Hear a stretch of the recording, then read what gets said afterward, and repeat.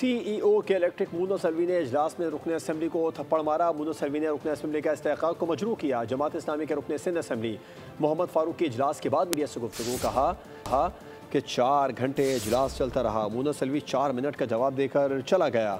मैं CEO के electric मुनस Alvi की गिरफ्तारी का मुतालबा करता हूँ। पता नहीं सिंध की जमातें क्यों के इलेक्ट्रिक के खिलाफ खामोश हैं। सिंध असम्बली में के इलेक्ट्रिक के खिलाफ तहरीक लाएंगे।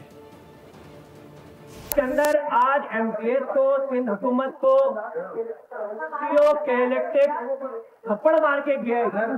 अगर ये महसूस करे इसको थप्पड़ को, इस टमाटे की शिद्दत को महसूस करे तो या तो ये तहरीक बिल्कुल जमा करेंगे।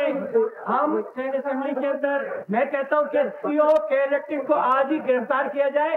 जिस तरह से इजलास खत्म हुआ है भोंडे तरीके से लोग बात करते रहे 4 घंटे तक और उसने 4 मिनट का जवाब दिया और 4 मिनट के जवाब को पूछा है और चला गया। हमारी सियासी जमातें पता नहीं क्यों ये इलेक्ट्रिक के खिलाफ खामोश रहती है।